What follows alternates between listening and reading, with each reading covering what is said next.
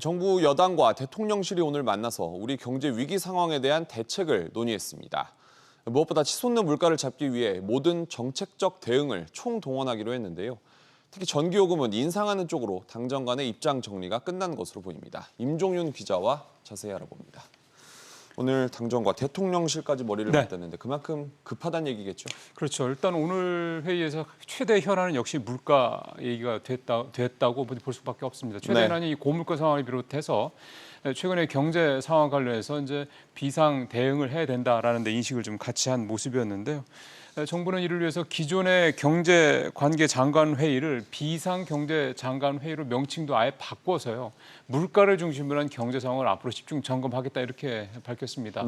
오는 19일 첫 비상경제장관 회의가 열릴 예정인데 이 자리에서는 농축산물 가격과 유가 상황부터 본격적으로 다뤄보겠다 이렇게 정부는 밝혔습니다. 그렇군요. 우선 오늘 당정대 협의회에서는 구체적으로 어떤 얘기들이 나왔습니까?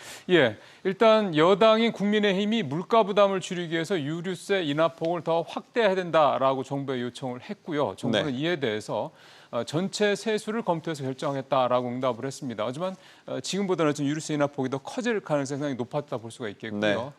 또한 당정대는 25%로 되어 있는 법인세를 더 내리는 등 세제 지원 확대 방안과 함께 형벌 합리화 방안 마련 등을 통해서 이런 각종 규제 개혁 조치 등을 통해서 경제 활력을 높이는 방안을 마련하자는 데 의견을 좀 같이를 했습니다.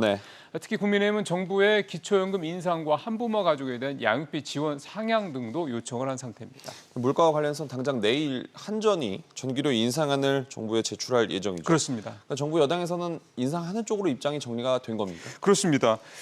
정부 여당 모두 일단 전기요금 인상은 불가피하다라는 입장으로 좀 현재 무게를 좀 둔 상황입니다. 먼저 주무부처인 산업통상자원부의 박일준 2차관이 오늘 기자간담회를 가졌는데 이 자리에서 전기요금은 인상보다 인상폭이 중요하다. 전기요금 인상의 불가피성을 이렇게 언급을 했는데요. 특히 전기요금을 비롯한 에너지 요금 체계에 대해서는 구조적인 개편을 검토해야 될 시점이다라고 덧붙이기도 했습니다. 여기에 이제 여당인 국민의힘도 오늘 당정대 대책회의 직후에 가진 브리핑을 통해서 물가 부담이 있는 건 사실이지만 시장 기능 왜곡을 피하기 위해서라도 전기요금 인상이 불가피한 상황이다 이렇게 밝혔습니다. 당초에 공약이 이제는 문제가 아니라는 얘기겠죠. 이제 한 걸음 뒷걸음 쳤다 이렇게 봐야 되겠죠. 임 기자 잘 들었습니다.